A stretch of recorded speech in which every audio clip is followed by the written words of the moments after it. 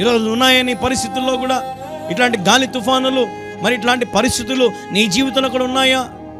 అవమానాలతో, నిందలతో, బాధలతో నీ జీవితం కూడా గాలి వానల చేత కొట్టబడి, నెట్టబడి, అలలులాగా సముద్రం ఉప్పొంగేలాగా నీ జీవితం కూడా మరి ఎట్లాంటి పరిస్థితుల్లో ఉన్నావో, నా దేవునికి అది సాధ్యము. గాలి వానలను ఆపగలిగిన వాడు. అందుకే మనం గమనిస్తున్నాం కదా, కింద శిష్యులు ఏమనుకుంటున్నారంట, ఆ కార్యాన్ని బట్టి ఈయన గాలిని తుఫానును ఆపుతున్నాడు, ఎంత ఆశ్చర్యకరం, లోబడుతున్నాయి దేవునికి అని ఆశ్చర్యపడుతున్నారు. ఈరోజు ఈ ప్రపంచంలో ఈ సృష్టి అంతా కూడా దేవునికి లోబడుతుంది, కానీ మానవుడు మాత్రం దేవునికి లోబడడం లేదు. ఎందుకు ఈరోజు మానవుడు దేవునికి లోబడడం లేదు? ఈ లోకంలో దేనిని బట్టి ఈరోజు మానవుడు లోబడలేకపోతున్నాడు?